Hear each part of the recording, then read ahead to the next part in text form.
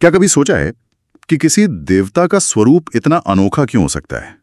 मतलब हाथी का सिर, इंसान का शरीर और सवारी एक चूहा है? इसके पीछे क्या राज है?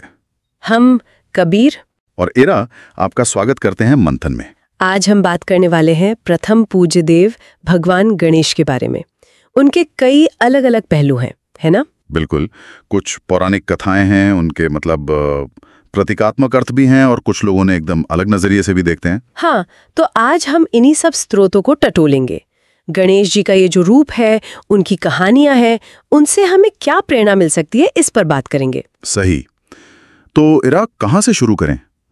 उनके जन्म की कहानी से? वो काफी सुनी हुई है। हाँ, वहीं से करते हैं। वो सबसे आम कथा जो है वो माता पार्वती से जुड़ी है। कहते हैं उन्होंने अपने उपटन से एक बालक बनाया। हाँ, मैल से या उपटन से। बिल्कुल। और उसमें जान डाल दी, फिर उसे द्वारपाल बना दिया। और तब शिवजी आए और बालक ने उन्हें रोक दिया। अपनी माँ का आदेश था भाई। सही कहा। और फिर अनजाने में कहें या क्रोध में शिवजी ने बालक का सिर काट दिया। ओह, ये सुनकर पार्वती जी तो बहुत दुखी और गुस्सा हुई होंगी। जाहिर है। तो फिर स्थिति संभालने के लिए हाथी का सिर लाकर लगाया गया और शिवजी ने उन्हें फिर से जीवित किया, अपना पुत्र माना, गणों का स्वामी बनाया, गणेश। ये कहानी तो बहुत प्रचलित है, लेकिन क्या इस पर सवाल भी उठते हैं? क्या ये सच में हुआ होगा? बिल्कुल। कुछ विचारक हैं, जैसे आचार्य सानंद जी का जिक्र आता है, वो इस पर तार्किक सवाल उठाते हैं। जैसे कि क्या शरीर के मैल से वाकई कोई जीवित बालक बन सकता है, या फिर हाथी का सिर इंसान के धड़ पर कैसे फिट हो सकता है, और शिवजी जैसे ज्ञानी क्या वो बिना सोचे समझे सिर काट देंगे? हाँ, ये सवाल तो हैं। तो उनका क्या मानना है फिर? उनका मानना है कि ये कहानियां शायद शाब्दिक इतिहास नहीं है, बल्कि सिंबॉलिक हैं। इनमें गहरे कोई सीख छुपी है। अच्छा, तो प्रतीकात्मक अर्थ क्या हो सकता है? जैसे पार्वती जी, गणेश जी, शिव जी, सिर काटना, हाथी का सिर, ये सब किसी चीज के प्रतीक? हाँ, एक व्याख्या ये है कि पार्वती जी प्रकृति हैं, उनसे बना बालक यानी गणेश वो प्रकृति से उपजे दोष या अज्ञान का प्रतीक है। ओके। और शिव वो है शुद्ध चेतना या ज्ञान। तो शिव का सिर काटना ज्ञान से अज्ञान का नाश। वाह। और हाथी का सिर लगाना? हाथी का सिर विवेक, बुद्धि, समझ। तो अज्ञान हटाकर विवेक को स्थापित करना, बाधाओं को ज्ञान और समझ से ही दूर किया जा सकता है। ये तो बिल्कुल अलग ही निकल आया। ज्ञान से विघ्न हटाना। गणेश जी विघ्नहर्ता इसीलिए हैं। अच्छा, ये ज्ञान और शक्ति वाली बात से एक और कहानी याद आती है, कुबेर वाली। हाँ, कुबेर वाली कहानी। धन के देवता है ना कुबेर? बिल्कुल। उन्हें बड़ा अहंकार हो गया था अपने धन का, और उसी अहंकार में उन्होंने शिवजी को भोज पर बुलाया अपना वैभव दिखाने। हाँ, पर शिवजी ने गणेश जी को भेज दिया। और गणेश जी ने क्या किया? सब खा गए।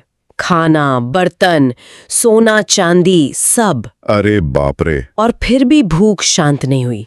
बोले, कुबेर अब तुम्हें खाऊंगा। सोचिए कुबेर की क्या हालत हुई होगी। सारा घमंड चूर। बिल्कुल। भागे शिवजी के पास। फिर पार्वती जी ने चावल के कुछ दाने दिए, तब जाकर गणेश जी की भूख मिटी। तो सबक क्या है? अहंकार, खासकर धन का, ठीक नहीं। विनम्रता जरूरी है। सही कहा। और गणेश जी ने अपनी शक्ति का इस्तेमाल अहंकार तोड़ने में किया। ये विनम्रता तो उनके पूरे स्वरूप में दिखती है ना? हर अंग का कुछ है। हाँ, जैसे उनका बड़ा सिर। बड़ा सिर बड़ी सोच, ज्ञान, नेतृत्व।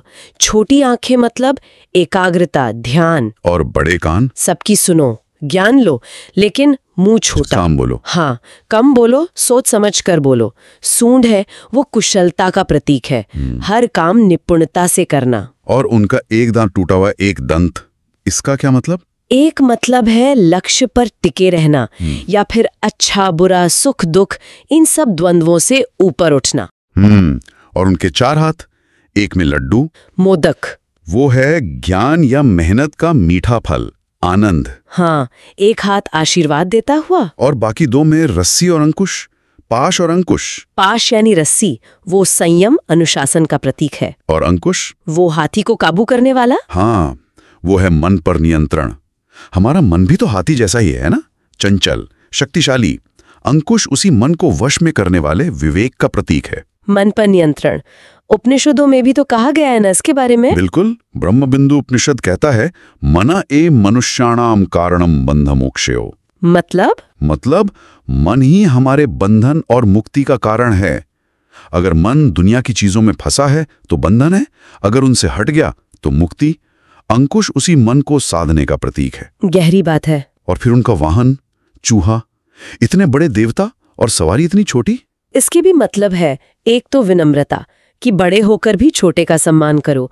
दूसरा, चूहा बुद्धि या तर्क का प्रतीक है, जो हमेशा कुछ न कुछ काटता कुतरता रहता है। अच्छा, तो गणेश जी का उस पर सवार होना मतलब बुद्धि पर विवेक का नियंत्रण। तर्क जरूरी है पर विवेक के नीचे। कमाल है, मतलब हर चीज का एक गहरा अर्थ है। तो अगर हम सब बातों को जोड़ें तो आज के लिए क्या सीखे? पहली बात तो ये कि कहानियों के पीछे का मतलब समझें। सिर्फ पूजा पाठ नहीं, बल्कि अपने अंदर विवेक जगाएं। वही असली विघ्नहर्ता है। सही। और दूसरा, संतुलन। गणेश जी की पत्नियां हैं रिद्धि और सिद्धि, मतलब भौतिक सफलता और आध्यात्मिक समझ, दोनों में बैलेंस जरूरी है। हाँ। और कुबेर की कहानी से अहंकार से बचना, विनम्र रहना। बिल्कुल। और सबसे जरूरी, अपने मन को काबू में रखना। अंकुश और बुद्धि का सही इस्तेमाल करना, चूहे की सवारी, यही असली सफलता है। तो गणेश जी हमें यही याद दिलाते हैं कि असली ताकत बाहरी दिखावे में नहीं, अंदर के ज्ञान, विवेक और संतुलन में है। बिल्कुल।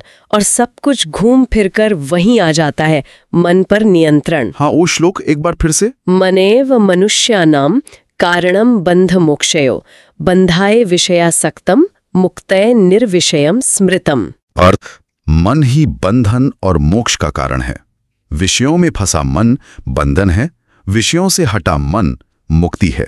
यही है गणेश जी के स्वरूप का सार। बहुत खूब, मजा आ गया आज के मंथन में। कल फिर मिलेंगे एक नई कहानी के साथ, पांडवों का वनवास और कठिनाई में धैर्य। तब तक के लिए अपना ख्याल रखना, मंथन जारी रहे।